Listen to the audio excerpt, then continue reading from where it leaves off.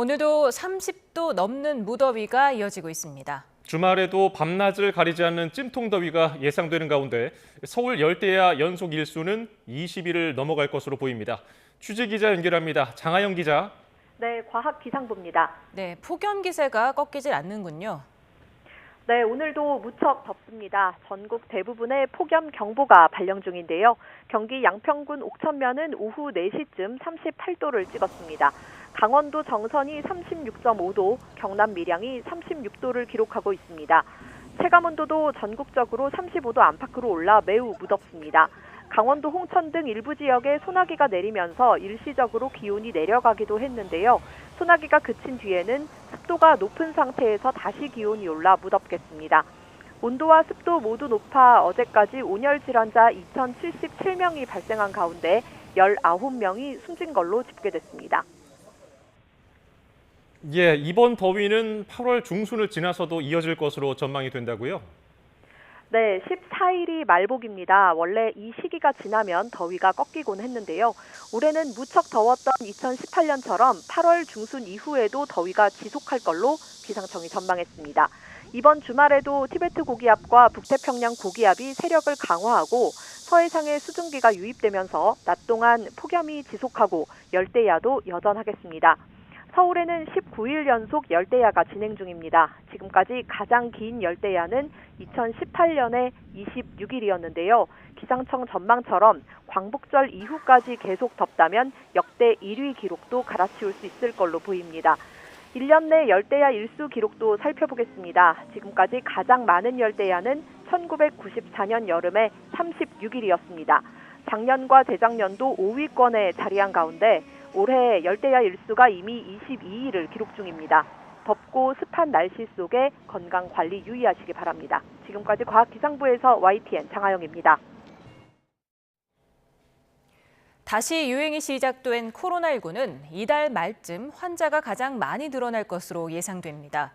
가을을 지나 겨울까지 유행이 계속될 것으로 보이는데 특히 노약자들은 개인 방역에 각별히 주의해야겠습니다. 보도에 염혜원 기자입니다. 코로나19 재확산 기세가 무섭습니다. 코로나 바이러스 검출률은 지난 7월 둘째 주엔 13%였지만 8월 첫째 주에 들어서는 40%에 육박했습니다. 입원 환자 수도 크게 늘었습니다. 7월 첫째 주에는 91명이었는데 8월 첫째 주에는 861명으로 5주 만에 9.5배 늘었습니다. 불과 일주일 전과 비교해봐도 1.8배 많습니다. 나이로 보면 65세 이상 환자가 65.2%로 가장 많고 50세에서 64세까지가 18%로 뒤를 이었습니다. 예상치 못한 재확산세에 일부 지역에선 자가검사 키트와 치료제 부족 현상이 나타나고 있습니다. 정부는 8월 첫째 주부터 치료제 공급 주기를 주 1회에서 2회로 늘리고 이번 달 안에 500만 개 이상의 자가검사 키트를 공급하겠다고 밝혔습니다. 정부는 의료 공백 사태에도 코로나 환자들이 병원 치료를 받는 데는 차질이 없다고 밝혔습니다.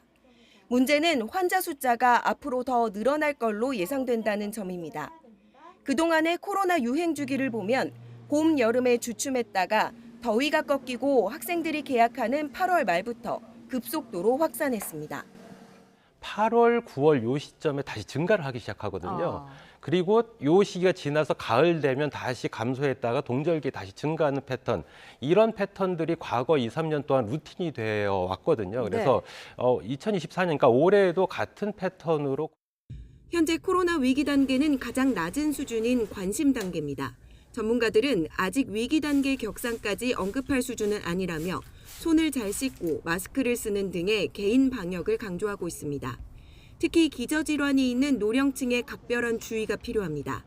정부는 코로나 바이러스 변이에 효과적인 신규 백신 접종을 오는 10월쯤 시작할 예정이라며 독감 예방주사와 함께 맞을 것을 권고했습니다. YTN 염혜원입니다. 이처럼 코로나19가 다시 무서운 기세로 확산하는데 고위험 환자에게 처방해야 할 치료제 물량이 크게 부족하다는 소식 전해드렸죠. 수도권은 그나마 사정이 나은 편이지만 비수도권 치료제 공급은 더 더뎌서 증상이 심한 환자조차 감기약으로 버티는 실정입니다. 김근우 기자가 현장 목소리 들어봤습니다. 코로나19 치료제를 취급하는 대구의 약국입니다. 이달 들어 매주 70명 넘는 환자가 치료제를 처방받아 이곳을 찾아왔습니다. 재유행이 심각해지면서 한 달 전보다 10배 넘게 환자가 늘었습니다. 하지만 절반 이상은 헛걸음이었습니다. 고위험군 환자에게 처방하는 팍스로비드와 라게브리오 같은 치료제 공급 물량이 부족하기 때문입니다. 우리 집이 팍스로비드를 취급하는 약국인데 언제 오가 있어요? 그걸 우리가 장담은 못합니다. 그냥 감기약 먹고 견딜 수밖에 없네. 이런 사정은 수도권보다 비수도권이 더 열악합니다. 공급 물량이 상대적으로 적어 매주 딱 한 번 들어오는 치료제는 다음 날 아침 금세 동납니다. 요새는 공급되는 물량을 한 이틀분 정도 쓰면은 약이 떨어지니까 그러니까 이제 나머지는 뭐 환자들한테 아유 약이 없습니다.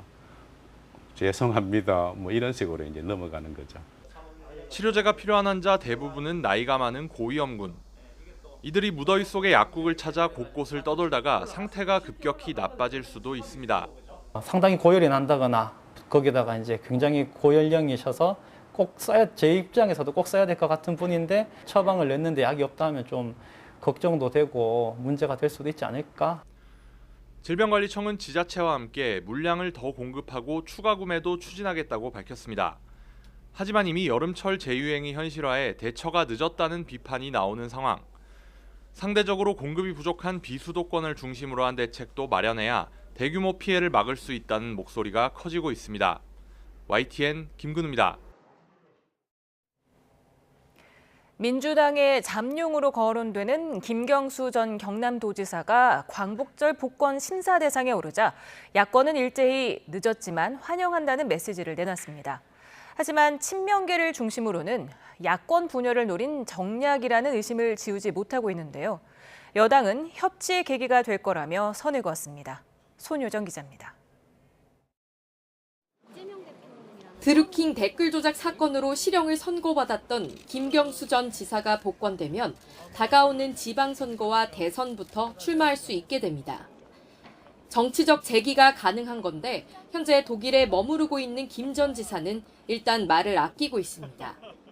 김 전 지사 측은 아직 복권이 확정된 게 아닌 만큼 신중하게 지켜보겠다며 원래 일정대로 연말까지 귀국하지 않을 거라고 전했습니다. 예상치 못한 복권 소식에 야권은 만시지탄이라면서도 일제히 환영의 뜻을 나타냈습니다. 김경수 전 지사가 포함되어 있다면 당연히 환영할 만한 사안이라고 생각합니다. 확정이 된다면 그때 당 차원의 입장 표명이 다시 한번 있을 예정입니다. 특히 지난 총선 이후 숨죽여왔던 친문 비명계는 김 전 지사를 구심점으로 이재명 1급 체제의 변수가 만들어지길 기대하고 있습니다. 친문계 한 의원은 당장은 윤석열 정권에 맞서 힘을 모을 때지만 내년 이후 대선 전국이 본격화되면 세력이 모일 수 있지 않겠느냐고 전망했습니다. 친명계도 일단 김 전 지사 복권 전망을 반겼지만 파장 또한 예의주시하고 있습니다. 당내 여러 대권 후보가 있어야 한다는 게 이재명 전 대표의 평소 소신이라면서도 이재명 체제에 균열을 내고 분열을 촉발하려는 여권의 의도가 깔려 있다며 경계했습니다. 하필이면 왜 지금이냐 이거죠. 그러니까 네. 하려면 작년 뭐 진작했어 하셨어야죠. 전당대 중에 하는 게 좀 정치적 의도가 있는 거 아니냐 이런 생각이 듭니다. 여당은 그런 시각대로라면 의심의 끝이 없을 거라고 반박하며 협치의 계기로 규정했습니다. 이제 아직 확정은 안 됐습니다만은 그런 복권이 된다면 뭐 여야 협치의 뭐 중요한 계기는 될 것으로 판단됩니다.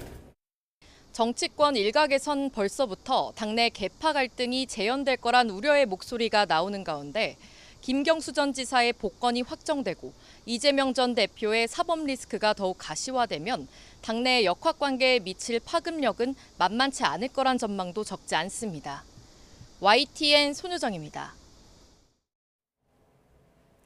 방송장악 공방으로 여야 대치가 극심한 국회 과학기술정보방송통신위원회에서는 공영방송 2사 선임 과정을 추궁하기 위한 청문회가 열렸습니다. 야당 위원들은 윤석열 대통령이 방송장악의 핵심이라고 주장하며 목소리를 높였고 여당 위원들은 억지 청문회라며 선임 절차가 정당했다고 맞섰습니다.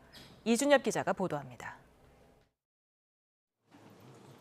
지난달 이뤄진 방송문화진흥회와 KBS 이사진 선임 절차를 살펴보는 이른바 방송장악 청문회는 오전에만 진행된 채 일찍 마무리됐습니다.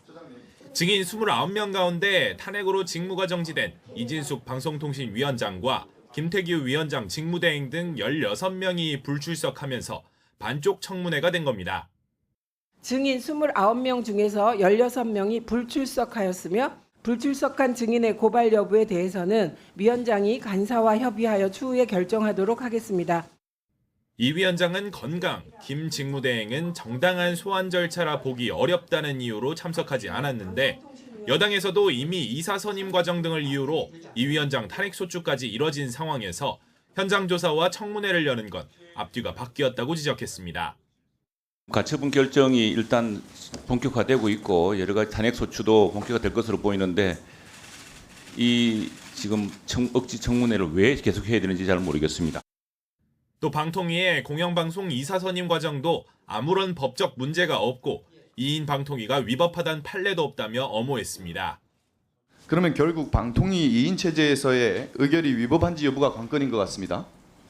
장관님, 2인 체제 의결 관련해서 지금까지 법원에서 위법하다라는 판결한 전례가 있습니까? 제가 알기로는 없는 것 같습니다. 반면 이사 선임 당시 2인 의결이 불법이라고 보는 야당에선 방송장악 시도의 중심에 윤석열 대통령이 있다며 날을 세웠습니다. 윤석열 대통령이 23년 5월 30일 날 한상혁 방통위원장을 면직합니다. 여기부터 방송장악이 시작이 되고 방송장악의 핵심은 윤석열 대통령입니다. 야당 측이 새로 임명된 박문진 이사가 지원서에 허위 이력을 기재했다며 절차상 하자가 있다고 지적하자 조성은 방통위 사무처장은 그렇게 볼 수도 있다고 답하기도 했습니다. 국회 과방위는 야당 주도로 오는 14일과 21일 추가 청문회를 연다는 방침입니다. 이번에 불참한 증인들 출석을 압박하는 야당과 무리한 청문회라 반발하는 여당이 8월 내내 충돌을 거듭할 전망입니다. YTN 이준엽입니다. 서울 지하철 구로역에서 새벽에 선로 점검을 하던 노동자들이 다른 작업 차량에 부딪혀 숨졌습니다. 피해자들 모두 코레일 직원인데 고용노동부는 중대재해처벌법 위반 여부를 조사하고 있습니다. 신기혜 기자입니다. 지하철 선로 앞에 통제선이 설치돼 있고 안전모를 쓴 작업자들이 선로 위를 바쁘게 오갑니다. 다른 승강장을 이용하라는 안내판도 세워졌습니다. 서울 지하철 1호선 구로역 선로에서 사망사고가 난 건 새벽 2시 20분쯤. 이곳 통제선 뒤편에서 노동자 3명이 작업차를 탄 채 고압 선로를 정비하고 있었는데 옆에서 선로를 점검하던 다른 차량과 부딪힌 겁니다. 고압선로 작업차에 상부 작업대에 타고 있던 30대 남성 노동자 1명은 현장에서 숨졌고 다른 1명은 심정지 상태로 병원으로 옮겨졌지만 끝내 숨졌습니다. 또 40대 남성 노동자 1명은 다리를 다쳐 병원에서 치료를 받고 있습니다. 사고 여파로 이른 아침 시간대 1호선과 경부선 일부 열차가 지연됐는데 현장 수습을 마친 코레일은 정확한 사고 경위를 파악하고 있습니다. 작업 차량이고 두 개가 하나는 서 있고 하나는 지나가면서 접촉을 한 거거든요. 상부 작업대가 점검차가 지나가면서 부딪힌 걸로 보고 있어요. 자세한 건 조사해야 되는데 피해자들 모두 코레일 정규직 직원들로 코레일은 사망자들에 대해 최대한의 예우를 갖춰 장례 등 후속 조치를 진행하겠다고 밝혔습니다. 고용노동부가 중대재해처벌법 위반 여부를 따져보고 있는 가운데 경찰은 두 작업 차량이 서로를 보지 못해 사고가 난 것으로 보고 수사를 이어갈 계획입니다. YTN 신기혜입니다. 인천 청라에 있는 아파트에서 전기차 화재가 났을 당시에 스프링클러가 작동하지 않은 이유가 밝혀졌습니다. 화재 신호가 감지된 뒤 아파트 관계자가 스프링클러 밸브를 정지하는 버튼을 눌렀던 것으로 확인됐습니다. 이미혜진 기자입니다. 지난 1일 인천 아파트 지하주차장 전기차 화재 당시 스프링클러가 작동하지 않은 건 핵심 밸브가 임의로 조작됐기 때문으로 밝혀졌습니다. 소방당국은 불이 난 아파트 방제실에 있는 화재 수신기의 기록을 분석한 결과 새벽 6시 13분쯤 화재 신호가 전달됐지만 아파트 관계자가 밸브 연동 정지 버튼을 누른 것을 확인했다고 밝혔습니다.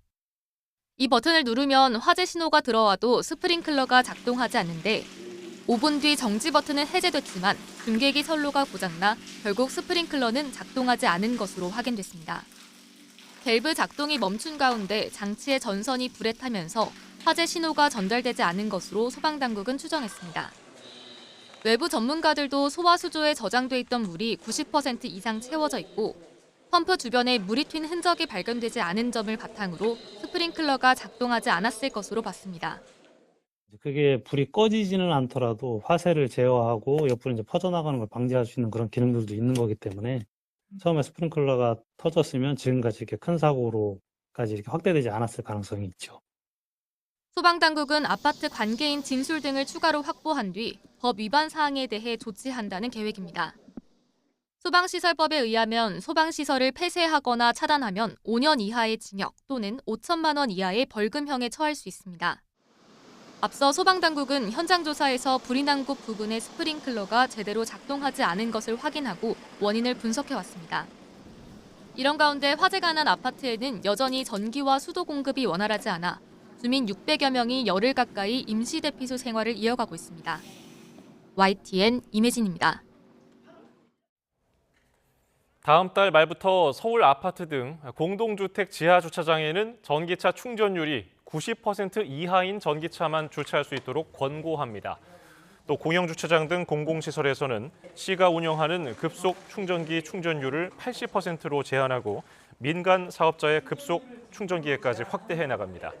이는 전기차 화재 요인에 완충에 가까운 과도한 충전이 꼽힌 데 따른 것으로 시는 제조사에도 충전율을 90%로 제한하게 한 뒤에 이를 인증하는 충전 제한 인증서를 발급할 계획입니다. 인천 청라 아파트 전기차 화재 당시 누군가 정지 버튼을 눌러 스프링클러가 작동하지 않은 게 확인되면서 책임 공방이 더 치열해질 것으로 보입니다. 주요 쟁점은 무엇인지 김성수 변호사와 짚어봅니다. 어서 오십시오. 안녕하세요. 네, 이 인천 화재 당시에 그 스프링클러가 작동하지 않으면서 피해가 더 커졌다 이런 지적도 나왔는데 누군가 일부러 정지 버튼을 눌렀다고 나왔습니다. 어떻게 된 겁니까?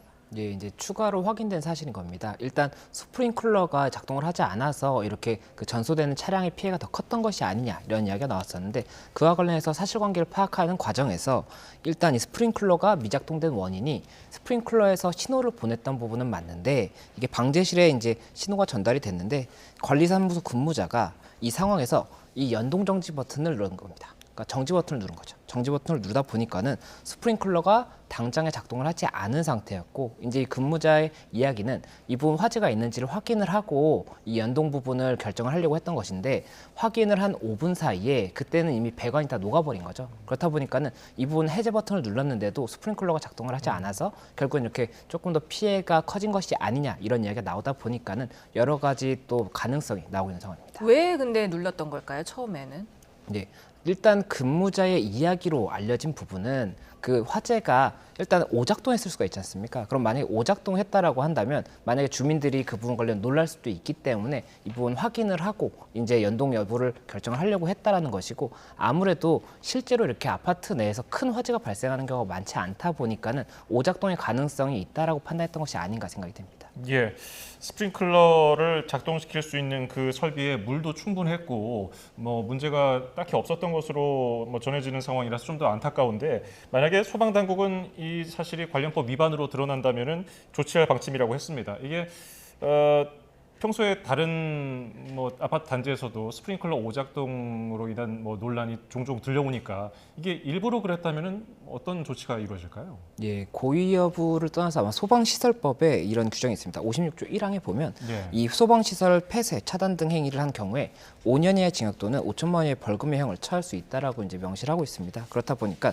이번에 지금 소방 당국에서는 이 경위를 확인을 한 다음에 만약에라도 이 부분이 해당 법 위반으로서 처벌의 소지가 있다라고 한다면 이 건을 검토할 예정이다라고 지금 알려져 있기 때문에 이 사실관계에 따라서는 형사처벌 여부가 결정이 될 수도 있을 것 같습니다. 일단은 뭐 불이 난 걸 확인하고 나서 스프링클러를 켜려고 했다지만 그 이후에는 이미 늦어버린 거잖아요. 화재에 녹아버렸기 때문에 이런 거를 좀 이제 많은 관리사무소에서는 제대로 좀 더 교육을 하고 인지를 해야 될 것 같습니다. 이런 경우가 사실 적지 않다면서요.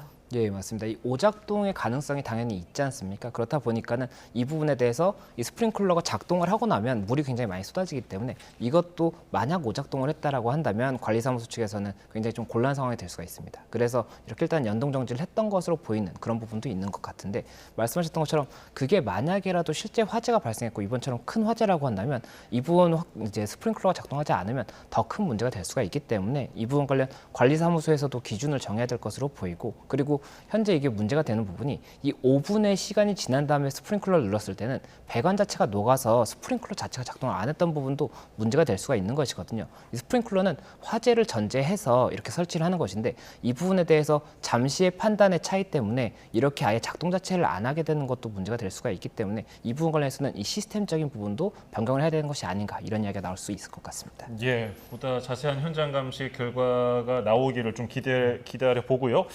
지금 조금 전에 이미진 기자에서 리포트에서도 전해드렸는데 단수 단전이 계속되면서 지금 주민 600여 명이 임시 대피소에서 생활을 하고 있는데 피해 규모가 100억을 넘을 거라는 얘기도 있고요. 그건 뭐 계속해서 확인이 필요합니다만은 배상 여부는 어떻게 되는 겁니까?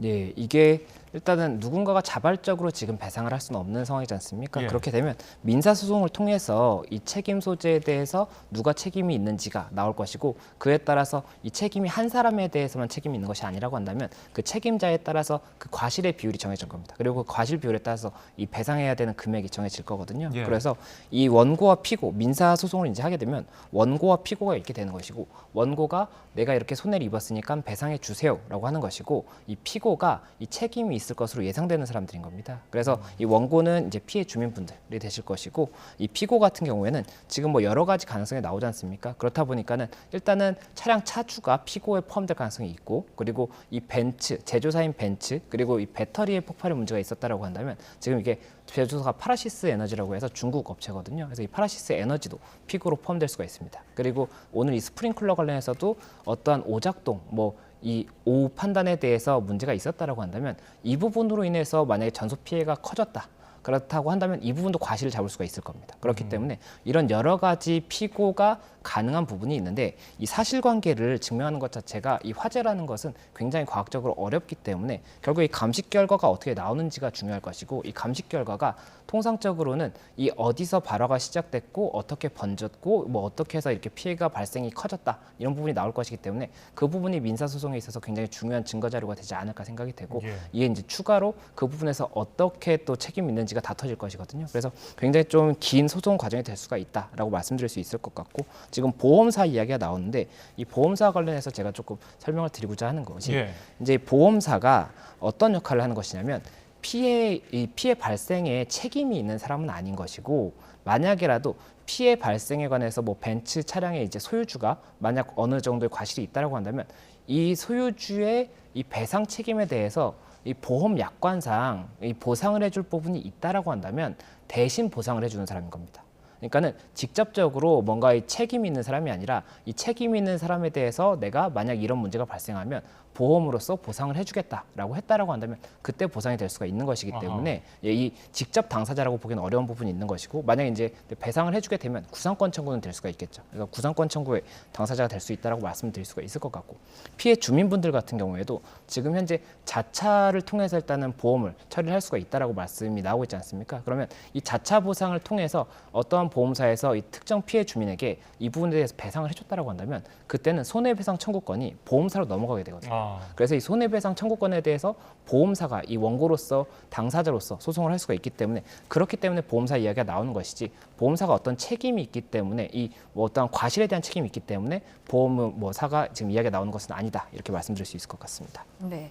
그런데 인천 서구 차원에서 또 세금으로 지원금을 지급하기로 했는데 이 부분에 대한 논란도 여전하죠. 네, 이제 어제 이제 인천 서구청에서 이 재해 구호기금을 활용을 해서 지금 현재 이 집에 뭐 굉장히 많은 그름도 차고 하다 보니까는 집에 못 들어가고 생활하고 계신 분들이 많지 않습니까? 이분들에 대해서 이 재해 구호기금 활용해서 숙박과 식비 같은 경우에는 생활안정지원금으로 그리고 또 목욕비 같은 경우에는 재난폭용지원금으로 일정 부분을 지원하겠다 이렇게 이야기가 나왔습니다. 그런데 이 부분 관련해서 이 지역 커뮤니티에서 뭐 다양한 의견이 나오고 있다 보니까는 이에 대해서도 뭐 여러 가지로 조금 관점이 달리 보이는 부분이 있는 것 같다 이렇게 말씀드릴 수 있을 것 같습니다. 예, 지금 경찰과 소방당국 등 관계자들이 이 전기차 화재에 대해서 원인 조사에 착수한 상황인데요. 화재 원인에 대해서 지금 배터리냐, 차량 시스템 문제냐 여러 가지 지금 간을 상정해서 조사를 하고 있는데 이렇게 되면 결국 차량 리콜 조치가 이루어질 가능성도 높은가요?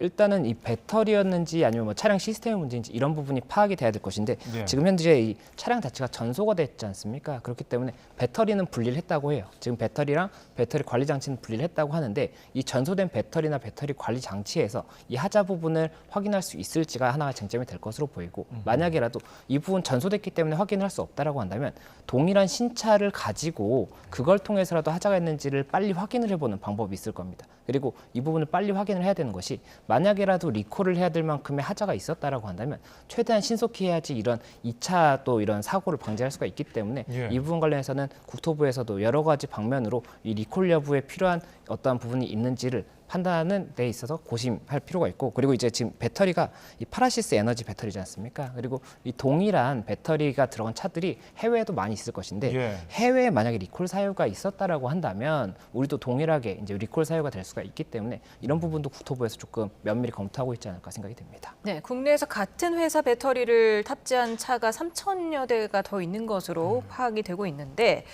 차 소유주뿐만 아니라 그 차가 있는 곳에 같은 아파트에 사는 주민들도 굉장히 불안할 것 같습니다. 이렇기 때문에 선제 대응을 해야 된다 이런 얘기도 나오고 있는데요. 예, 맞습니다. 말씀드렸던 것처럼 이 리콜 조치라는 것이 문제가 발생할 여지가 있기 때문에 그 부분을 이제 수정을 해주는 거거든요. 그런데 이 리콜 조치가 필요한지 여부를 파악을 하기 위해서는 지금 현재 이 배터리에 어떤 문제가 있다든지 아니면 이 시스템 자체가 지금 차량이 굉장히 오래 서 있었는데도 불구하고 갑자기 이렇게 발화가 시작되는 것이기 때문에 이 차가 시동이 꺼진 상태에서 이 시스템적으로 어떤 이 신호를 주고받는 과정에서 과열된 것이 아니냐 이런 이야기도 있어서 그런 부분 관련해서 이 전소된 차량에 대해서도 뭐 면밀한 감식이 필요할 것이고 그리고 말씀드렸던 것처럼 신차 자체를 일단 동일한 차량을 가지고 와서 그 부분 확인을 하는 부분 그리고 또 해외에서 이 배터리나 아니면 이 동일 차종에 대해서 리콜 조치가 있었던 부분은 없는지 이런 부분에 대해서 조금 신속히 확인을 해야 이런 선제적인 대응이라고 할 수 있는 부분이 있기 때문에 이 부분 아무래도 좀 국토부에서도 빨리 검토를 해야 되지 않을까 생각이 됩니다. 예, 과거에도 뭐 특정 문제가 있는 차량에 대해서 진입을 금지시키는 뭐 이런 일이 있었는데 이번에도 역시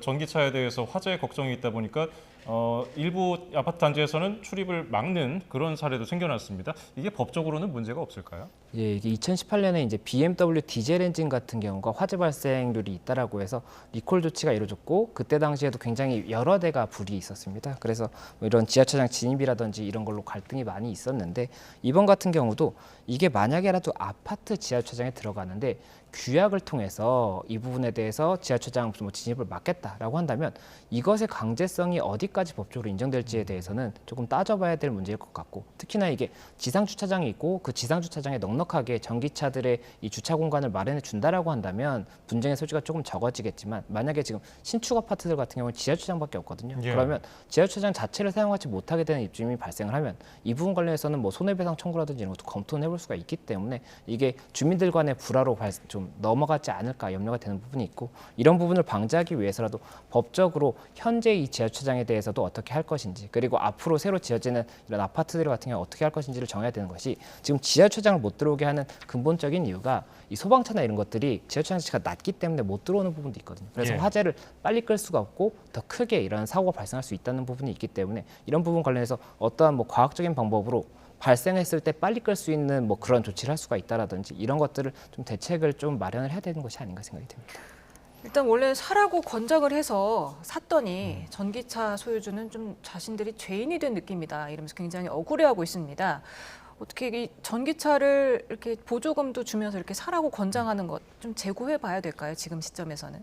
예, 이게 지금 지원금도 말씀하셨던 것처럼 굉장히 많이 지급이 됐었고 그리고 지하철장에 또 하나의 문제가 뭐냐면 출입을 할 수 없다라고 한다면 이 지하철장에 설치되어 있는 충전기를 사용을 할 수가 없거든요. 예. 그래서 이런 부분들까지도 어떻게 해야 되는지가 계속해서 분쟁이 될 수밖에 없는 것이 그러면 지하철장 출입을 못하고 지상주차장만 출입을 하게 한다라고 하면 충전 그 기 자체를 이동을 해야 되는 그런 문제도 이제 검토를 해봐야 되는데 비용이 발생을 하지 않습니까? 그럼 이 비용은 누가 부담을 할 것이냐 이런 것도 문제가 될 수가 있고 이게 결국에는 주민들 간의 다툼이 아니라 어떤 법적인 이 가이드라인을 정해서 그 가이드라인을 통해서 해결이 돼야 되는 것으로 보이고 지금 현재 지원금이 이 차량 구매에 대해서 지원금이 있었지 않습니까? 이 지원금을 뭐 앞으로는 이 차량 뭐 이런 관련 주차라든지 안전에 대해서도 사용할 수가 있는 부분이 있기 때문에 이에 대해서도 뭐 정부에서 여러 가지 방책을 좀 검토해보지 않을까 생각이 듭니다. 예, 관련 법 얘기하셨는데 정부가 어쨌든 종합대책을 다음 달 초에 발표하기로 했어요.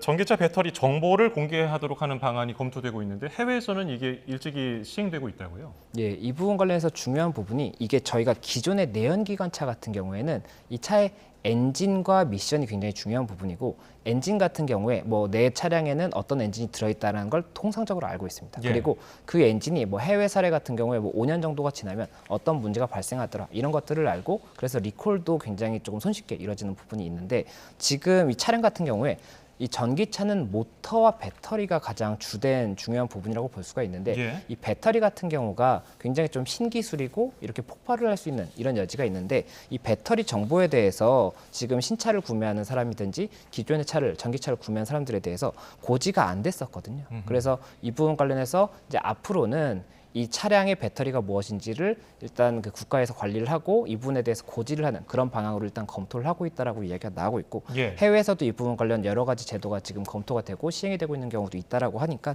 그 부분 관련해서도 아무래도 필요한 부분이 아닌가 생각이 됩니다. 지금 서울시가요 공동주택 관리규약 준칙 개정을 추진하고 있는데 충전율이 90%가 넘으면 공동주택 지하주차장 출입을 막도록 하자 이렇게 권고를 했습니다. 실효성이 있을까요?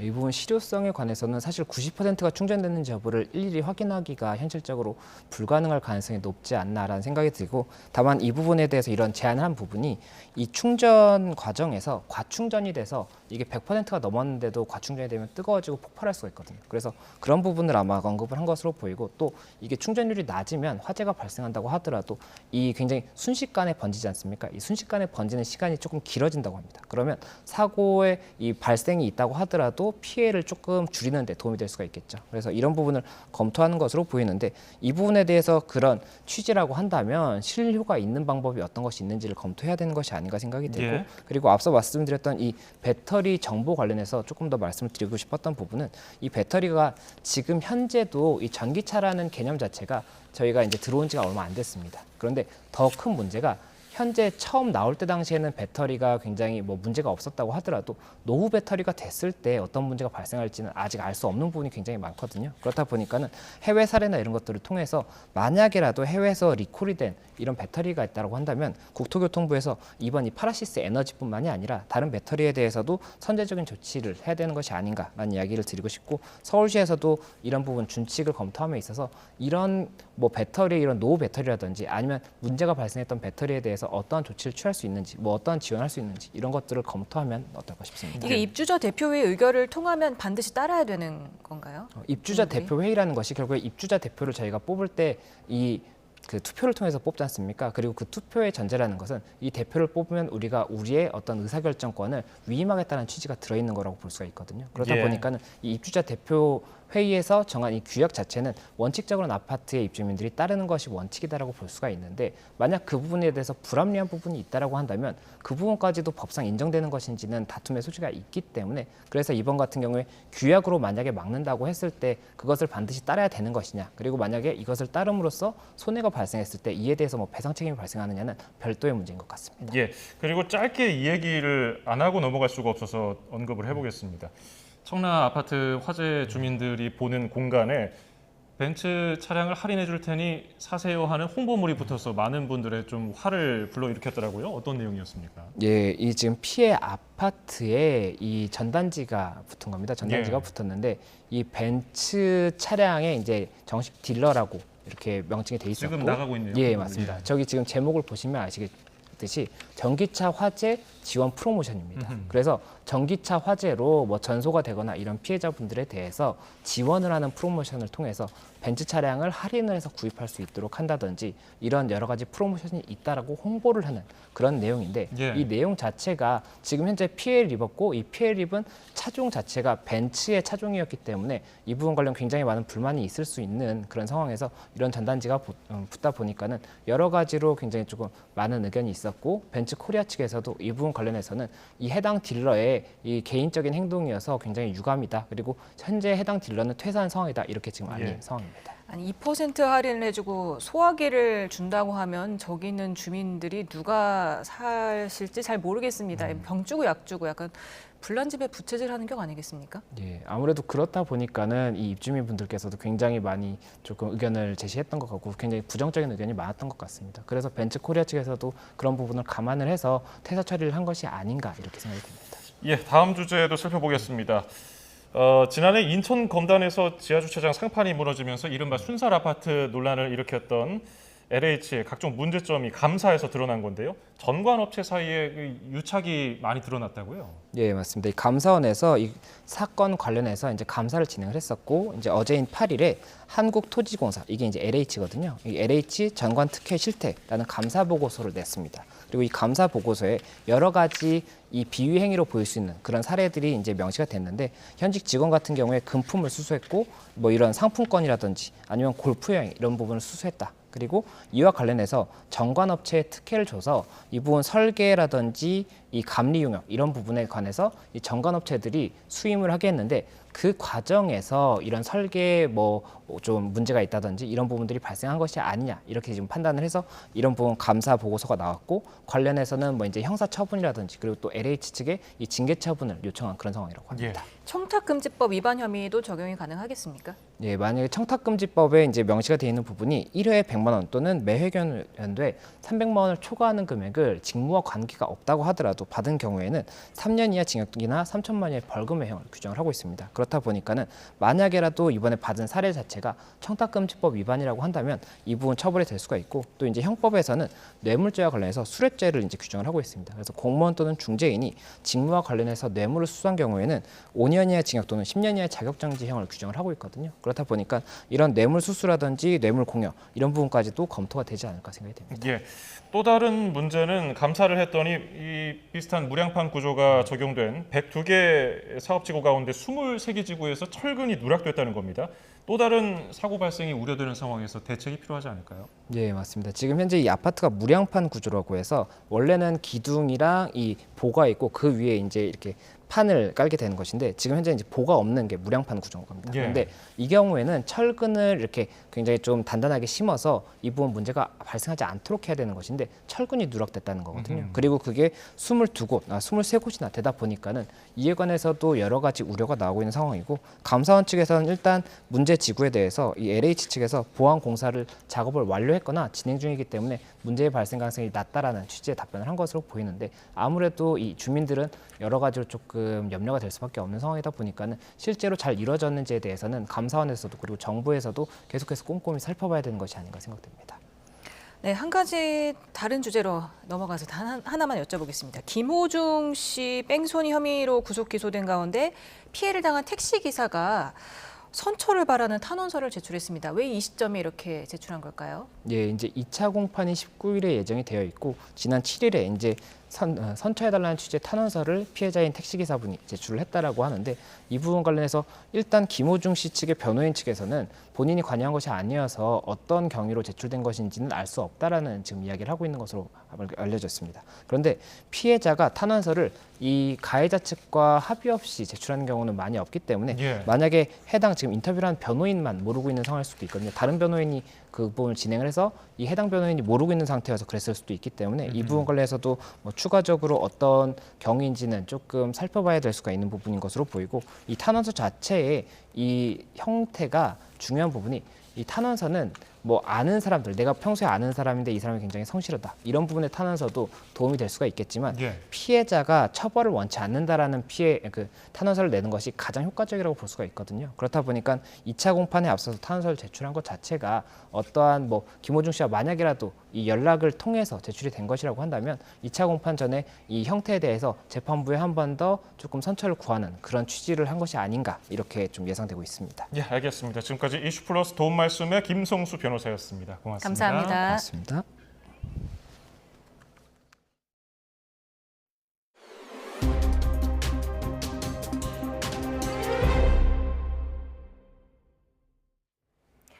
세 번째 최상병 특검법을 발의한 민주당이 제3자 추천 방식을 제안했던 국민의힘 한동훈 대표에게 이제는 자체 특검안을 내라며 거듭 압박했습니다.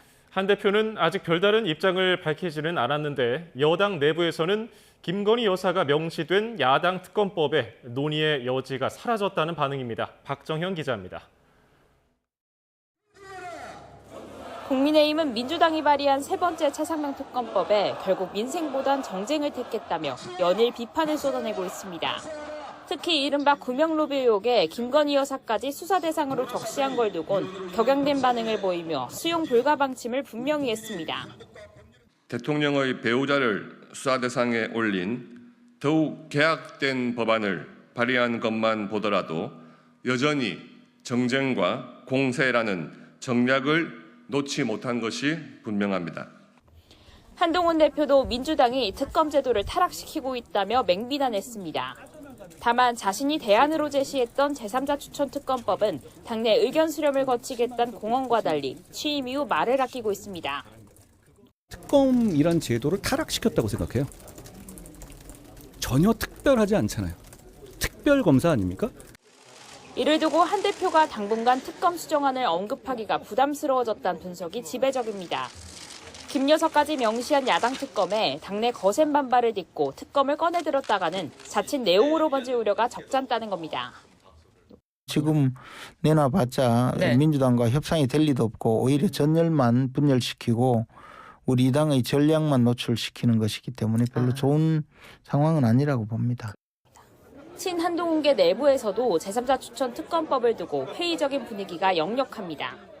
야당이 더 센 특검법을 내놓으며 정쟁 수위를 끌어올린 마당에 대안을 제시해봤자 실익이 없다는 겁니다. 민주당은 한 대표를 향해 한동훈표 특검을 발의하라고 압박하며 공세 수준을 끌어올리고 있습니다. 계속해서 시간을 끌며 침대 축구만 하려다간 윤석열 정권도 망하고 한동훈 대표 본인도 함께 몰락하게 될 뿐이라는 것을 명심하십시오. 한동훈 대표가 야당 특검법에 김건희 여사가 적시된 걸 명분으로 제3자 추천 특검법을 공개적으로 걷어들일 가능성도 배제할 수 없습니다. 거듭되는 특검 정국에 한 대표가 내놓을 메시지에 관심이 쏠리는 이유입니다. YTN 박정현입니다. 티몬과 위메프가 오는 12일까지 법원에 자구안을 제출하겠다고 밝혔습니다. 티메프 측은 신규 투자 유치 계획이나 인수 합병, 구조 조정 등 방안이 담긴 자구안을 다음 주 월요일까지 서울 회생법원에 제출하겠다는 의사를 전달했습니다. 두 회사는 원래 이번 주 안에 자구안을 제출할 계획이었지만 인수자나 투자자를 찾는 데 어려움을 겪으면서 늦어진 걸로 알려졌습니다. 구영배 큐텐 대표가 티몬과 위메프 합병 절차에 들어갔습니다. 큐텐은 티몬과 위메프 합병에 필요한 법인 승인을 위해 KCCW라는 신규 법인 설립을 신청하고 1차 자본금으로 10억 원을 출자했다고 밝혔습니다. 구영배 대표는 티몬이나 위메프를 매각해서는 피해 복구가 어렵다면서 두 회사를 합병하면 사업 규모가 국내 4위로 상승하는 만큼 합병을 통해서 신속하게 사업을 정상화해야 한다고 언급했습니다. 몇 달 전 LA에서 정신질환을 앓던 한인이 경찰의 총격 대응으로 숨지면서 한인 사회가 들썩였는데요. 뉴저지에서도 비슷한 일이 발생했습니다. 이번에는 20대 한인 여성이 경찰이 쏜 총에 맞아 숨졌습니다. 유족은 과잉 대응이라며 진상조사를 촉구하고 있습니다. 이광현 기자가 보도합니다. 한인들이 많이 사는 뉴저지주에서 20대 한인 여성 빅토리아 이 씨가 경찰이 쏜 총에 맞아 숨졌습니다. 현지 언론과 검찰은 지난달 28일 새벽 이 씨의 조울증 증세가 심해져 가족들이 구급차를 요청했다고 밝혔습니다. 9.11 규정에 따라 당시 현장에 경찰도 동행했습니다. 뉴저지주 검찰은 문을 두드려도 반응을 보이지 않았고 이 씨가 칼을 들고 있어 발포한 것이라고 설명했습니다. 하지만 유족 측의 주장은 다릅니다. 구급차 대신 경찰이 출동한다는 말에 이 씨가 이송을 거부하면서 소형 접이식 칼을 손에 쥐었다며 문이 열릴 당시에는 칼이 아니라 물통을 들고 있었다고 설명했습니다. 요청한 구급차는 오지 않고 경찰이 상황 판단도 없이 문을 부수고 총을 발사했다는 것이 유족의 입장입니다. 이런 식의 과잉 대응 논란은 불과 석 달 전에도 있었습니다. LA 한인타운에서 40대 한인이 경찰 총에 맞고 그 자리에서 숨졌습니다. 이때도 정신치료시설로 이송을 시도하는 과정에서 경찰이 출동을 했고 총격으로 대응해 논란이 거셌습니다. 몇 달 만에 비슷한 사건이 발생하자 한인 사회는 물론 아시아계 미국인 사회로 비판의 목소리가 번지고 있습니다. 아시아 태평양계 미국인 단체 뉴저지 지부는 유색인종이 법 집행기관에게 얼마나 취약한지 분명하게 보여주고 있다면서 재발 방지를 강조했습니다. YTN 이광현입니다. 미국 대선이 석 달 앞으로 다가온 가운데 민주당 카멀라 해리스 부통령과 공화당 도널드 트럼프 전 대통령의 첫 TV 대선 후보 토론이 확정됐습니다. 날짜는 다음 달 10일입니다. 황보선 기자가 보도합니다. 며칠간 공식 활동이 뜸했던 도널드 트럼프 전 대통령. 플로리다 마럴라고 자택에서 연 기자회견에서 해리스 부통령에게 TV 토론을 다음 달에 3번 하자고 제안했습니다. 9월 4일 폭스뉴스, 9월 10일 ABC 뉴스, 9월 25일 MBC 뉴스에서 맞붙자는 겁니다. We have spoken to the heads of the network and it's all been confirmed other than some fairly minor details. 이 가운데 9월 10일 ABC 뉴스에서 하는 것만 확정됐습니다. ABC 뉴스는 소셜 네트워크 X에 이 사실을 알리면서 해리스 부통령과 트럼프 전 대통령 둘 다 토론에 참여하겠다는 뜻을 확인했다고 밝혔습니다. Well, I'm glad that he's finally agreed to a debate on September 10th. I'm looking forward to it and hope he shows up. I am happy to have that conversation about an additional debate for after September 10th, for sure. 해리스 부통령 측은 폭스뉴스 주간 토론에 참여하지 않겠다는 입장을 시사했고 MBC 뉴스 토론에 대해서는 아직 공식 참여 의향을 밝히지 않은 것으로 전해졌습니다. 트럼프 전 대통령은 회견에서 김정은 북한 국무위원장만은 푸틴이나 시진핑과 다르다며 친밀감을 드러내기도 했습니다. If Russia doesn't respect us anymore, China doesn't respect us anymore, North Korea, Kim Jong-un liked me a lot. He doesn't like this group. 그는 또 미국 중앙은행인 연방준비제도의 기준금리 결정과 관련해서 대통령이 발언권을 가져야 한다는 주장도 했습니다. YTN 황보선입니다. 해외 직구로 다이어트 식품 구매하실 때 건강을 해칠 수 있는 성분이 있는지 주의 깊게 확인하셔야겠습니다. 체중 감량이나 근육 강화에 효과가 있다는 직구 식품 100개를 조사했더니 40개 넘는 제품에서 부작용 우려로 반입 차단된 성분이 확인됐습니다. 이문석 기자입니다. 식품의약품안전처가 해외 직구 사이트에서 다이어트 등에 효과가 있다고 파는 제품 100개를 조사했습니다. 그랬더니 42개 제품에서 위해 성분으로 지정돼 국내 반입이 차단된 원료와 성분이 발견됐습니다.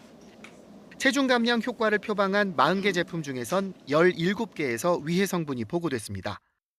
변비 치료에 사용하는 의약품 성분인 센노사이드와 암 유발, 기형아 출산 등의 부작용이 제기된 페놀프탈레인이 주로 검출됐습니다. 근육 강화 효과 표방 제품 40개 중에선 15개 제품에서 반입 차단 대상 원료가 나왔습니다. 현기증, 구토를 유발하는 음양곽과 탈모 부작용이 보고된 디하이드로 안드로스테론, 신경세포 손상 부작용 우려가 있는 머쿠나 프루리언스 순으로 많았습니다. 가슴과 엉덩이 확대 효과 표방 제품 20개 가운데 10개에서도 식품에 사용할 수 없는 원료와 성분이 들어있었습니다.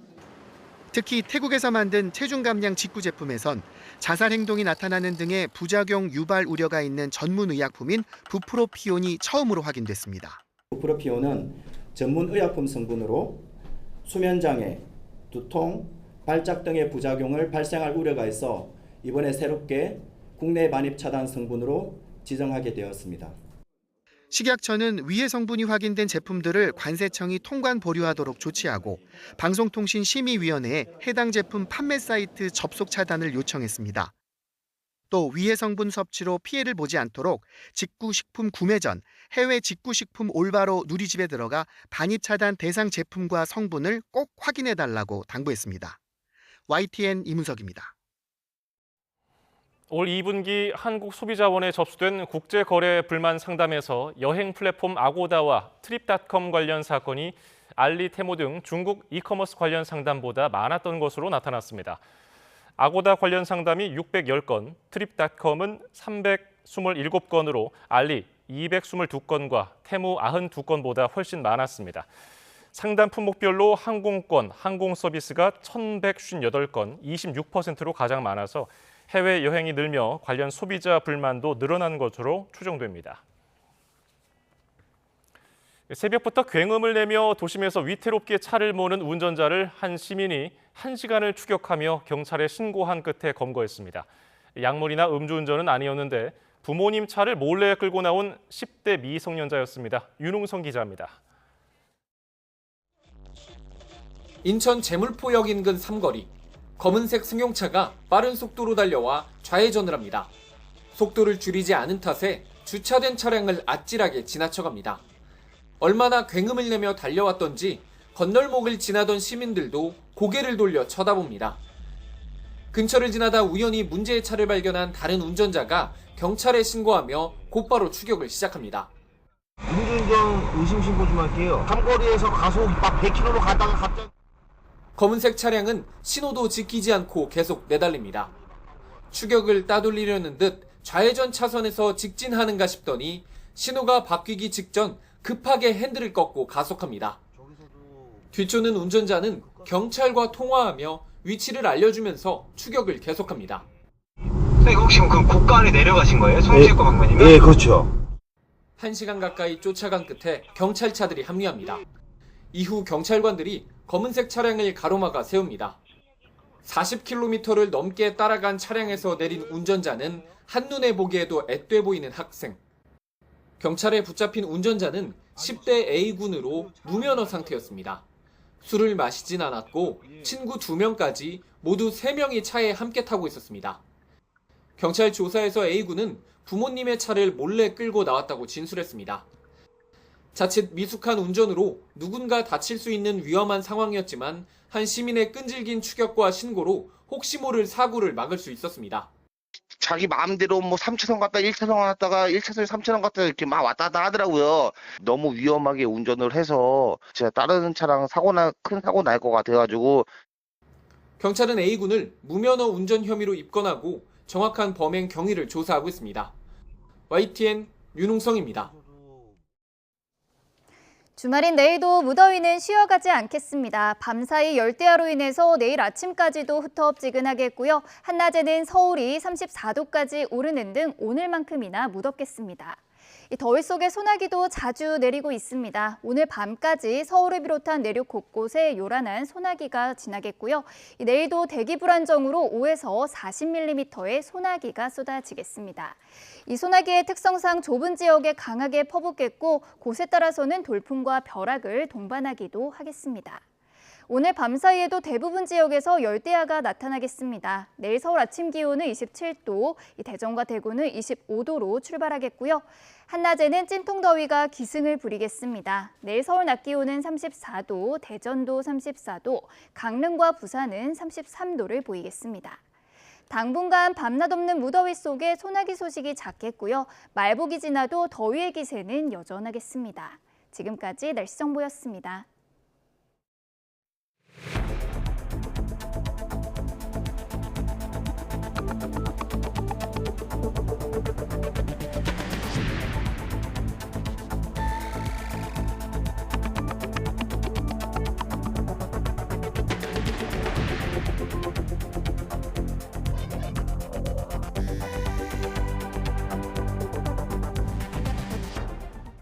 올림픽 사격 종목에서 은메달을 따고 일론 머스크 덕에 유명세를 더 타고 있는 김혜지 선수가 소속팀 인질군청으로 돌아가 대대적인 환영을 받았습니다. 그런데 환영식과 기자회견 도중에 김 선수가 갑자기 쓰러지는 돌발 상황이 벌어졌습니다.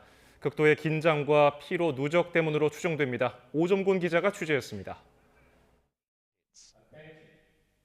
사선에선 이른바 킬러 같은 시크한 분위기로, 일상에선 밝으면서도 다소 엉뚱한 매력으로 인기를 끌고 있는 김혜지 선수. 그녀가 소속팀 전북 임실군청으로 돌아오자 대대적인 환영식이 벌어졌습니다.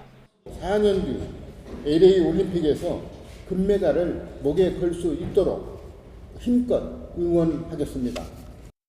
국민 여러분들이 좀 더 사대들을 많이 사랑해 주시고 많은 관심을 보여주신다면 좀 더 가능하지 않을까 그렇게 생각이 들고요. 영어를 잘 못해서 자신을 전 세계적으로 띄워준 미국의 기업인 일론 머스크와의 식사가 어렵다고 했던 김혜지. 이번엔 달랐습니다. 올림픽에서 번역 기능이 있는 휴대전화를 선물로 받았으니 가능할 것도 같다는 거였습니다. 핸드폰이 너무 좋아가지고 이번에 갤럭시 G 플립을 받았는데 그걸로 한번 제가 통역을 이렇게 어플로 해가지고 좀 이야기를 좀 해보면 어떨까. 덕담이 오가고 곳곳에서 격려금이 답지하면서 환영식과 기자회견은 화기애애한 분위기 속에서 진행됐습니다. 네, 그런데 기자회견 도중에 김혜지 선수가 극도의 긴장감 속에서 일시적인 쇼크로 갑자기 쓰러지는 돌발 상황이 발생했습니다. 평소 지병은 없었지만 올림픽을 전후로 극심한 피로와 긴장이 겹치면서 경련을 일으키며 갑자기 실신한 것으로 추정됩니다. 다행히 현장 응급조치로 10여 분 만에 의식을 회복했는데 회견은 중단되고 모든 사람이 깜짝 놀랄 수밖에 없었습니다. 예지가 7월 12일 날 프랑스 출국해가지고 지금까지 하루도 못 쉬고 있거든요. 아직 시차 적응 안 된 상태라, 그리고 좀 아마 올림픽이라는 큰 무대에 서면서 긴장을 많이 했을 거예요. 김혜지 선수는 일단 전주에 있는 병원으로 이송돼서 건강 상태를 체크하고 휴식을 취했습니다. 지금 추가 검사에서 이상 소견 특별히 없기 때문에 충분히 퇴원하실 수 있을 것 같아요. 지금 상태 봤을 때는. 예상치 못한 돌발 상황이 벌어지면서 소속팀 선수의 올림픽 인기를 각종 지역 홍보에 활용하려던 임실군청의 계획도 일단 뒤로 미뤄줄 수밖에 없게 됐습니다. YTN 오점곤입니다. 센강 수질 논란 등을 일으킨 2024 파리 올림픽이 이번에는 메달 품질 논란에 휩싸였습니다. 영국 데일리 메일 등 외신들은 지난달 29일 열린 올림픽 남자 스케이트보드 경기에서 동메달을 딴 미국의 나이자 휴스턴 선수가 자신의 SNS에 녹이 쓴 메달을 공개했다고 보도했습니다. 휴스턴이 SNS에 올린 메달의 모습을 보면 승리의 여신 니케가 새겨진 앞면은 표면이 벗겨져 군데군데 잿빛으로 변해 있고 올림픽 로고가 새겨진 뒷면은 일부 표면이 긁혀 있습니다. 밤에도 식지 않는 더위가 이어지고 있습니다. 이례적으로 높은 해수면 온도로 덥고 습한 날씨가 계속되면서 올해 열대야 연속 일수 기록도 새로 쓸 것으로 보입니다. 장하영 기자입니다. 밤이 돼도 기온은 25도 밑으로 떨어지지 않습니다. 제주의 밤 최저 기온이 28.5도입니다. 더운 여름밤이 이어지는 이유는 한반도를 둘러싼 바다가 유례 없이 뜨겁기 때문입니다. 평년보다 2, 3도 높은 28에서 30도를 유지하고 있습니다. 이렇게 데워진 서해의 수증기를 강한 남서풍이 몰고 옵니다. 밤사이 일어나는 복사냉각 효과가 기온 예측 표면에서 이 대기 중으로 열을 발산해 나가는 과정에서 이제 기온이 서서히 식기 시작을 하는데 추가적으로 서쪽에서 뜨거운 습한 공기가 들어오기 때문에 기온이 하강하는 것이 저지된다라고 이해를 하시면 되겠습니다. 오늘까지 19일 연속 열대야가 나타난 서울은 이미 열대야 기록 경신을 향해 가고 있습니다. 지금까지 가장 긴 열대야는 2018년에 26일, 3위가 8월 3일부터 23일까지 21일 이어졌던 2016년인데 이틀 더 열대야가 이어진다면 이 기록과 같아집니다. 기상청 전망처럼 광복절 이후에도 계속 덥다면 역대 1위 기록도 머지않습니다. 주말에도 대기 불안정으로 천둥 번개와 소나기가 오락가락하는 가운데 매우 무더울 전망입니다. 맑은 날씨에 강한 햇볕의 영향을 받는 가운데 티베트 고기압이 우리나라 상공까지 덮으면서 당분간 무더위가 이어지고 열대야가 나타나는 곳이 많겠으니 유의하기 바랍니다. 이미 긴 폭염으로 지쳐 있지만 끝날 기미는 보이지 않습니다. 기상청은 평년이면 기온이 떨어지기 시작하는 광복절 이후에도 이 같은 더위가 지속할 거라고 전망했습니다. YTN 장하영입니다. 지하주차장 전기차 화재로 전기 공급이 끊겼던 인천의 아파트 단지 470여 세대에 일주일 만에 전기 공급이 재개됐습니다. 인천시 서구는 청라국제도시 아파트의 전기 설비를 어제 오후 복구했다고 밝혔습니다. 다만 이 아파트 전체 16개 동 가운데 3개 동에서는 화재 당시 뿌려진 소화수가 남아있어 당분간 엘리베이터는 사용하지 못한다고 덧붙였습니다. 전기차 화재 우려가 커지는 가운데 서울시가 다음 달 말부터 공동주택 지하주차장에는 전기차 충전율이 90% 이하인 전기차만 주차할 수 있게 권고했습니다. 또 전기차 제조사들과 협력해서 충전율을 90%로 제한하게 하고 이를 인증하는 충전 제한 인증서를 발급할 계획입니다. 김연아 기자가 보도합니다. 지난 6일 새벽 충남 금산아파트 지하주차장에서 전기차 화재가 발생했습니다. 10시간이나 충전하던 중에 발생한 화재라 과충전으로 불이 났을 가능성이 크다는 분석입니다. 전기차는 한 번 불이 나면 진화가 어려워 대형 피해로 이어지기 때문에 일부 아파트는 전기차 지하주차장 주차 금지에 나서는 등 입주민 갈등까지 커지고 있습니다. 서울시는 전기차 화재 공포와 갈등을 막기 위해 전기차 충전율을 제한하기로 했습니다. 다음 달 말까지 공동주택의 경우 90% 이하로 충전한 전기차만 지하주차장 출입을 허용하도록 공동주택 관리규약 준칙을 개정할 계획입니다. 조금 충전을 이렇게 낮춰서 하는 것이 배터리의 그 장기적인 배터리 사용 면에서도 유리하고 그다음에 그 과충전을 예방하는 데도 효과가 있다. 공공에서 일정한 기준을 제시를 해서 문제를 좀 해결하고자 하는. 또 다음 달부터는 공영주차장 등 공공시설 급속충전기 충전율을 80%로 제한하고 전기차 제조사가 충전율을 90% 이하로 제한하면 충전 제한 인증서도 발급할 계획입니다. 10월부터는 건축물 심의 기준을 바꿔 전기차 충전소는 원칙적으로 지상에 설치하게 하고 격리 방화벽과 차수판도 의무화합니다. 시는 충전율 제한 외에 전기차 화재 진화 방식으로 거론되는 D급 소화기나 질식 소화덮개는 성능이 확인되지 않았거나 개인이 초기 대응에 사용하기엔 사실상 불가능하다고 강조했습니다. YTN 김현아입니다.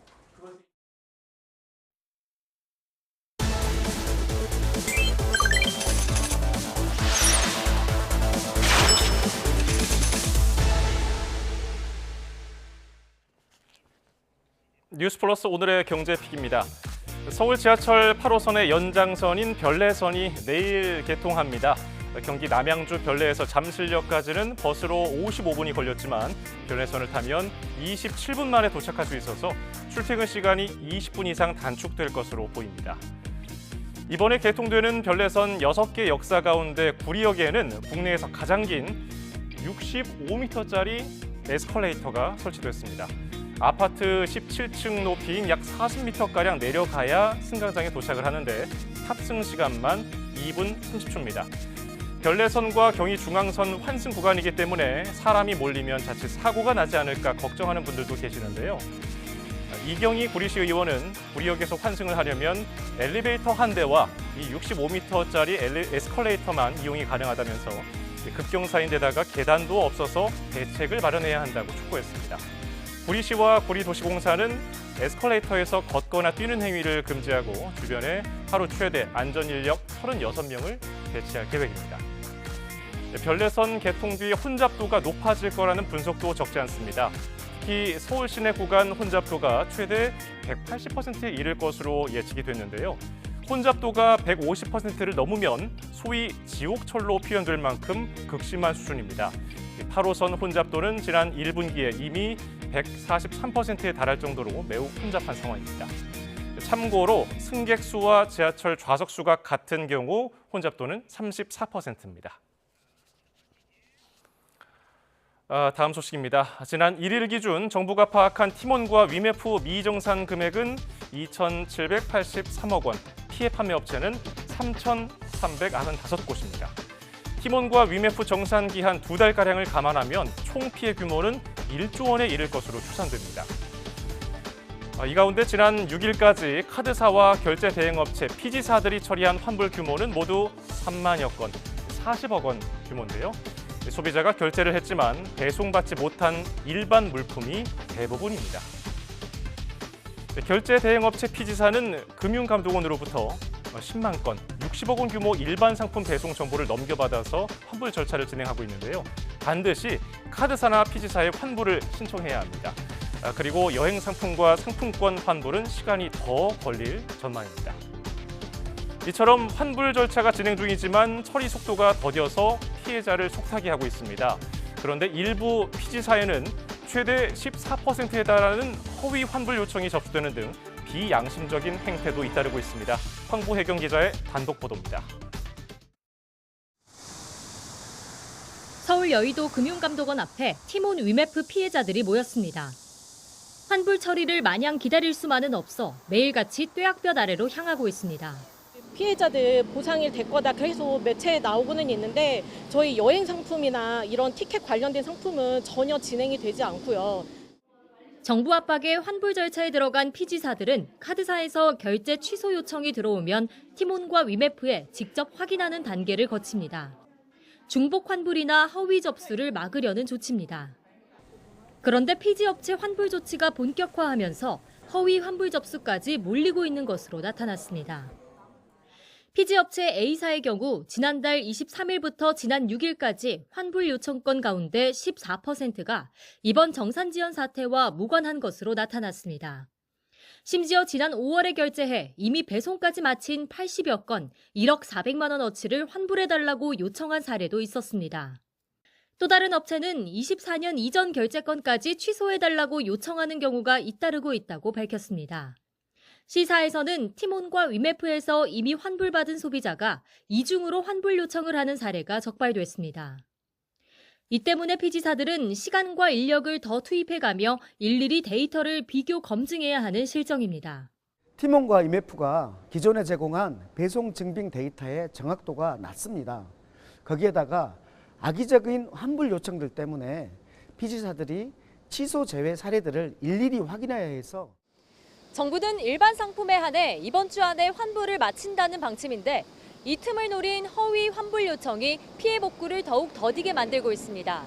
YTN 황보혜경입니다. 네이버 최수연 대표가 라인야후 지분 축소를 검토하지 않고 있다고 밝혔습니다. 최 대표는 오늘 진행된 네이버 2분기 실적 발표 컨퍼런스 콜에서 일본 총무성의 행정지도는 보안 거버넌스에 대한 우려였음이 명확해졌다면서 이같이 말했습니다. 또 최대 주주 지위 변동에 대한 전략적 검토는 하지 않고 있다고 설명했습니다. 한국가스공사의 올해 2분기 민수용 도시가스 미수금이 지난 분기보다 2천억 원가량 더 늘어난 것으로 나타났습니다. 가스공사는 올해 2분기 기준 민수용 도시가스 미수금이 13조 7,496억 원으로 1분기보다 2천억 원가량 증가했다고 밝혔습니다. 미수금은 가스공사가 원가에 못 미치는 가격으로 가스를 공급해 장부에 쌓인 금액을 말합니다. 이와 관련해서 가스공사 관계자는 이번 달 요금 인상에도 불구하고 원료비 요금이 여전히 원가에 못 미치고 있어서 민수용 도시가스 미수금 증가가 예상된다고 밝혔습니다. 앞으로 임신, 출산 관련 보험이 출시되고 보험 가입 후 무사고 시 보험료 일부를 환급해 주는 것도 허용될 것으로 보입니다. 그동안 보험은 우연한 사건 발생에 대해 위험을 보장한다는 논리로 임신, 출산이 보험 대상인지에 대해서 해석이 분분했지만 저출생 대책의 일환으로 편입하는 방안을 추진하기로 했습니다. 또한 최근 해외 여행자 보험을 중심으로 논란이 되는 무사고 시 보험료 환급 역시 소비자 혜택을 위해 허용하기로 했습니다.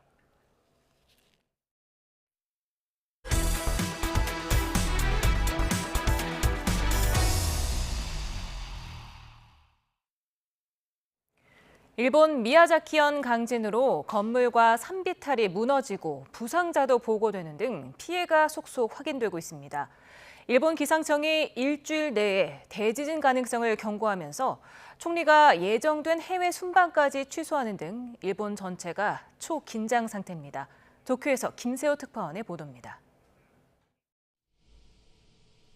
지면 곳곳이 솟아오르거나 갈라지고 담벼락과 석조물 등이 무너졌습니다.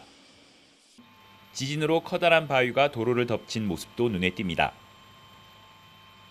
오래된 집은 금세 무너질 것처럼 위태롭게 기울어져 있습니다. 주택가 뒤편의 산이 무너져 내리면서 주민들이 긴급 대피하기도 했습니다. それが心配でですね、逃げるあれしとかないとねって思ってます。 이번 지진으로 인한 부상자는 지금까지 10여 명인 것으로 파악되고 있습니다. 지진 규모에 비해 피해가 적다고는 하지만 앞으로의 두려움이 더 큽니다. 일본 기상청이 처음으로 난카이 해구 대지진 임시 정보를 발표하며 거대한 지진이 일어날 가능성이 높아졌다고 경고했기 때문입니다. 앞으로 일주일 동안 강한 여진이 일어날 수 있다며 만반의 대비도 촉구했습니다. 지자체에서는 대지진 발생 시 노약자 등을 위한 피난소 설치 등 대책 마련에 나섰습니다. 일부 해수욕장은 쓰나미 우려로 임시 폐쇄를 결정했습니다.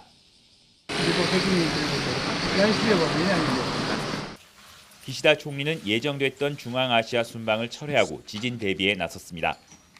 1週間程度は国内にとどまり、政府としての対応や情報の発信に万全を期すべきであると判断をいたしました。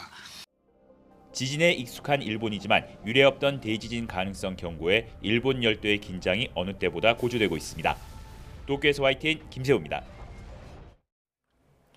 100년에서 200년 단위로 난카이 해구에서 발생하는 대지진은 역사상 가장 강했던 규모 9의 동일본 대지진과 비교될 정도여서 공포감이 커지고 있습니다.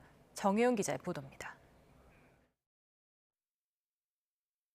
섬나라 일본은 해양판과 대륙판의 경계 지점에 자리 잡고 있습니다. 특히 판과 판이 만나는 세 개 지점에서 강한 지진이 자주 발생하는데 지난 2011년 규모 9.0의 대지진이 일어난 도호쿠 지역은 태평양판과 북미판이 만나는 경계 지역이었습니다. 이번에 일본에서 대지진을 경고한 난카이 해구는 규슈 동쪽, 도쿄와 인접한 곳으로 유라시아판과 필리핀판이 만납니다. 난카이 해구는 크게 3개의 단층대로 구성되는데 약 100년에서 200년을 주기로 강력한 지진이 발생하는 곳입니다. 그런데 최근 150년 내 이 지역에서 큰 지진이 일어나지 않고 있습니다. 일본 지진 전문가들이 지진 에너지가 한계를 넘을 정도로 쌓인 위험한 곳으로 난카이를 꼽는 이유입니다. 지역별로 한 150년 주기로 규모 8에 육박하는 지진들이 발생해 오고 있었거든요. 그런데 동동 앞바다 지역에 해당되는 토카이 지역은 바로 지진 발생 시기가 넘어섰어요. 최악의 경우는 이 난카이 해구 지역이 전체가 다 부서지면서 최대 규모 9.0에 이를 수 있다. 일본 기상청은 규슈 미야자키현 앞바다에서 규모 7.1의 지진이 발생하자 난카이 해구 지진 임시정보 주의 단계를 발령했습니다. 주변 강진이 방아쇠가 돼 주기를 넘긴 난카이에 영향을 줄 가능성이 크다고 보기 때문입니다. 난카이 해구에서 규모 8 이상의 대지진이 발생하면 거대 쓰나미는 물론 20만 명 이상의 사망자와 실종자가 예상되는 등 동일본 대지진을 능가하는 피해가 발생할 가능성이 큽니다.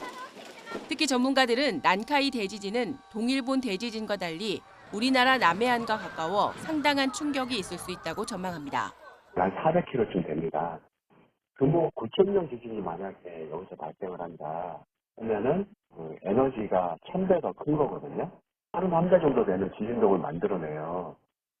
남해안에서 땅의 흔들림이 한 1cm 정도 왔다 갔다 하는 일이 벌어졌다면 30cm 넘는 땅이 왔다 갔다 하는 거예요. 전문가들은 또 동일본 대지진이 경주와 포항 지진에 영향을 준 것처럼 난카이 대지진이 발생하면 한반도에도 또 다른 강진이 일어날 가능성이 커진다고 경고했습니다. YTN 정혜윤입니다. 애초 별다른 쟁점이 없을 거라 예상됐던 유상임 과학기술정보통신부 장관 후보자 인사청문회가 후폭풍에 휩싸였습니다. 야당은 아들의 마리아나 의혹을 꺼내들며 자진 사퇴를 압박했고 여당은 근거 없이 가족 상처까지 헤집어 공격 대상으로 삼는다고 반발했습니다. 정인용 기자입니다. 유상인 과기부 장관 후보자 인사청문회 막판, 장남이 마리화나를 흡입했다는 의혹을 유 후보자가 알았는지 여부가 쟁점으로 떠올랐습니다. 유 후보자 장남은 질환으로 병역 면제를 받았는데 과거 외국 병원에 입원했던 기록에서 마리화나 흡입 소견이 드러났던 겁니다. 야당은 유 후보자가 당시 장남의 입원 이유를 질병 때문이라고만 답변한 만큼 의혹을 은폐하려 한 것 아니냐며 자진 사퇴를 촉구했습니다. 병원에 갔을 때 여러 건 중에 하나가 나온 겁니다. 지금 얘기한 거는 그 내용을 모르신다. 그리고 이번에 알았다 이거 아닙니까? 이번에 청문회 준비하면서 알았다는 거잖아요. 미국에서 있었던 일이, 미국 병원에 있었던 상황을요. 또 후보자 본인이 사과한 자녀 위장 전입에 장남 해외 불법 체류 사실을 지적하며 윤석열 정부의 인사검증 시스템을 문제 삼았습니다. 반면 국민의힘은 유 후보자를 향한 부당하고도 비열한 공격이라며 방어선을 쳤습니다. 병원이 발급한 병역 면제 질환에는 여야 공이 정당하다고 인정했는데 그 연장선에 있는 미국 병원 일부 기록을 교묘하게 왜곡했다는 겁니다. 특히 병원 이송 기록에 no drugs, 즉 마약은 하지 않았다는 표현이 있다고 강조했습니다. 인사청문회에는 금도가 있습니다. 청문회가 한 가족의 아픈 상처를 이용하여 후보자 낙마를 주장하는 반인륜적이고 비열한 공격 통로가 되었습니다. 그러면서 유 후보자가 자기 분야에서 탁월한 업적을 쌓은 최고 전문가인데도 정책과 능력, 이력 검증은 도외시했다며 야당의 사과를 촉구했습니다. 유 후보자는 입장문을 내고 아픈 자식을 더 잘 챙기지 못해 송구하다면서도 장남 병역 면제 관련 모든 사실을 국회에 거짓 없이 설명했다고 밝혔습니다. 유상인 과기부 장관 후보자 인사청문회가 전국의 돌발 변수로 떠올랐습니다. 유 후보자가 거짓 증언을 했다는 야당과 반인륜적 인신공격이라는 여당이 팽팽히 맞서고 있습니다. YTN 정인용입니다. 윤석열 대통령이 여름휴가 마지막 이틀을 육해공군 본부가 있는 충남 계룡대에 머물며 장병들을 격려하고 안보태세를 점검했습니다. 윤 대통령은 오늘 계룡대 전시지휘시설에서 을지 자유의 방패 연습 준비 상태를 점검하고 이번 연습이 대비태세를 더욱 강화하는 계기가 되도록 내실 있게 준비해달라고 당부했다고 정혜전 대변인이 전했습니다. 윤 대통령은 우리가 전 세계에서 가장 비이성적인 북한의 위협에 마주하고 있다며 북한이 핵 선제 공격을 법제화하고 우리 국민에게 쓰레기 풍선까지 날리고 있는 만큼 확고한 군사 대비태세를 갖춰달라고 주문했습니다. 회사 돈 3천억 원을 횡령한 BNK 경남은행 전 간부가 1심에서 징역 35년의 중형을 선고받았습니다. 양형 기준상 권고형보다 훨씬 무거운 형을 선고받은 건데 재판부는 이 씨가 출고 이후에라도 이익을 누려서는 안 된다고 강조했습니다. 김다현 기자입니다. 역대 최악의 금융사고로 기록된 BNK 경남은행의 3천억 원 횡령 사건. 범행을 주도한 전 투자금융부장 이모 씨는 2008년 충북 골프장 조성 사업 관련 PF 대출금 50억 원을 횡령한 것을 시작으로 과감한 범행을 이어갔습니다. 재작년 7월까지 모두 3,089억 원을 횡령했고 본격적인 수사가 시작하기 전에는 범죄 수익을 현금화해 숨기려고 한 것으로 조사됐습니다. 1심은 이 씨가 천문학적인 거액을 횡령했고 출소 이후에도 이익을 누릴 기회를 박탈해야 한다며 양형 기준상 권고형을 훨씬 웃도는 징역 35년을 선고했습니다. 또 이 씨가 금융기관 종사자의 신뢰를 역으로 이용해 범행을 저질렀다며 전체 금융기관 신뢰에 악영향을 끼쳤다고 질타했습니다. 공범인 전 증권사 직원 황모 씨도 재판에서 혐의를 줄곧 부인했지만 징역 10년의 중형을 피하지 못했습니다. 다만 재판부는 이들이 횡령금 돌려막기 방식으로 범행해 실제 얻은 이익은 330억 원가량이라고 판단하고 그만큼의 재산을 몰수 추징하거나 은행에 지급하라고 명령했습니다. 앞서 이 씨의 자금 세탁을 도운 가족과 업자들도 1심에서 실형을 선고받고 현재 복역 중입니다. YTN 김다현입니다. 지난해 3월 헤어진 전 연인의 직장에 흉기를 들고 찾아가 살해하려 한 부산 먼키스패너 살인 미수 사건이 있었죠. 가해자는 징역 15년형을 선고받고 복역 중이지만 피해자는 여전히 고통과 두려움에서 벗어나지 못하고 있습니다. 피해자는 사건이 벌어지기 전에 여러 차례 경찰에 도움을 요청했지만 경찰의 안일한 대응으로 목숨을 잃을 뻔했다면서 국가에 손해배상을 청구했습니다. 표종호 기자의 단독 보도입니다. 지난해 3월 A씨는 전 남자친구가 자신에게 몽키 스패너를 휘두르고 난 뒤에야 악연을 끊어낼 수 있었습니다. 머리를 멍키 스패너로 내리쳐서 왼쪽 머리가 한 7cm 정도가 찢어졌고, 근데 이게 의료진의 말에 따르면 칼이 그 흉기가 조금만 더 들어갔으면 심장을 찔러서 피해자께서는 사망했을 것이다라는. 사건 발생 후 1년 반이 지난 지금 A씨는 여전히 충격과 고통 속에 있습니다.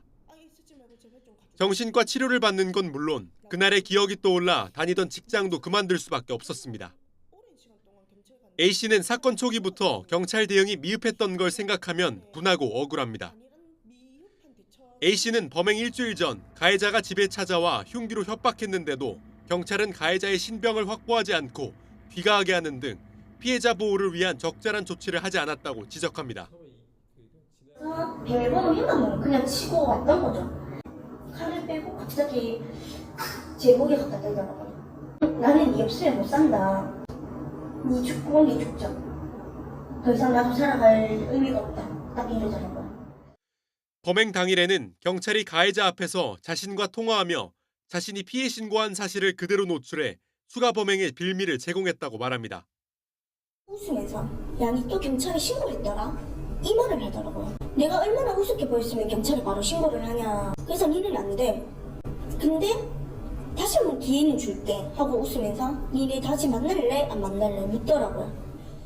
징역 15년을 선고한 1심 재판부도 가해자가 경찰 조사를 받던 중 피해자가 경찰관에게 연락하는 것을 목격하고 화가 나 살해할 마음을 먹은 것으로 봤습니다. 결국 A씨는 공권력인 경찰이 의무를 다하지 않아 목숨을 잃을 위험에 처했다며 대한민국 정부를 상대로 1억 5천만 원 상당의 손해배상 청구 소송을 제기했습니다. 지난달 서울중앙지방법원에 소장을 접수한 A씨는 제대로 된 보호 조치 없는 무방비 상태에서 목숨을 잃을 뻔했으며 경찰이 주어진 역할을 다했다면 피해가 발생하지 않았을 거라며 정부의 정신적 손해를 배상할 책임이 있다는 입장입니다. 경찰이 판단을 잘못했을 때, 이 범죄 예방에 대한 판단을 잘못했을 때 어떤 결과를 초래할 수 있고 경찰이 판단만 잘했더라면 결과를 미리 예방할 수 있었던 포인트가 좀 명확하게 드러났기 때문에 이 부분에 대해서는 국가 배상이 반드시 이뤄져야 된다고 생각을 하는. A씨는 교제폭력 피해자는 수사기관이 자신을 지켜줄 거라 믿고 의지할 수밖에 없는데 현실이 기대와 달라서는 안 된다고 목소리를 높였습니다. YTN 표정호입니다. 평소에 거친 언행으로 유명한 일론 머스크 테슬라 CEO가 영국을 뒤흔든 폭력 시위를 놓고 영국 정부와 정면으로 충돌했습니다. 여기에 공개적으로 지지를 선언한 트럼프 전 대통령을 본격적으로 지원하고 나설 가능성이 있어서 정치적인 논란이 커질 것으로 보입니다. 유투권 기자입니다. 가짜뉴스로 촉발된 폭력 시위가 걷잡을 수 없이 확산하자 영국 정부는 소셜미디어 기업들의 책임을 강조했습니다. And let me also say to large social media companies and those who run them, violent disorder clearly whipped up online. 소셜미디어 X를 소유한 머스크는 곧바로 영국 정부를 공격하고 나섰습니다. 극우 세력에 시임한 강경하게 진압한다는 의혹을 제기하며 극우 운동가의 게시물을 퍼나르기도 했습니다. 심지어 내전이 불가피하다는 글까지 올려 영국 정부의 강력한 반발을 초래했습니다. 지난달엔 캘리포니아에 있는 스페이스X와 X의 본사를 텍사스로 이전하겠다는 계획을 발표하면서 구설에 올랐습니다. 세금이나 인프라 같은 기업 활동 여건이 아닌 캘리포니아의 성전환 아동 관련 법안을 이유로 내세웠습니다. 성전환을 한 딸과 마찰을 빚고 있는 머스크는 새로운 법안이 자신의 가족에 대한 공격이라고 주장했습니다. I think it's strange if you have a trans daughter and they've created some laws to protect your trans daughter. I think that would be a wonderful thing. 2년 전까지만 해도 앙숙이었던 트럼프 전 대통령과의 밀월 관계도 논란을 불러일으키고 있습니다. 머스크는 트럼프 전 대통령이 총격을 당한 뒤 공개적으로 지지를 선언하고 거액의 정치자금까지 기부한 것으로 알려졌습니다. 본사 이전 계획도 공화당 전당대회 기간에 맞춰 발표했습니다. 다음 주에는 트럼프 전 대통령을 직접 만날 예정입니다. In other words, we're going to see more and more of this from Musk, especially as we get toward November. 유럽의 대형 약국 체인인 로스만은 트럼프 전 대통령을 지지한다는 이유로 테슬라의 전기차를 구매하지 않겠다고 발표했습니다. YTN 유튜원입니다.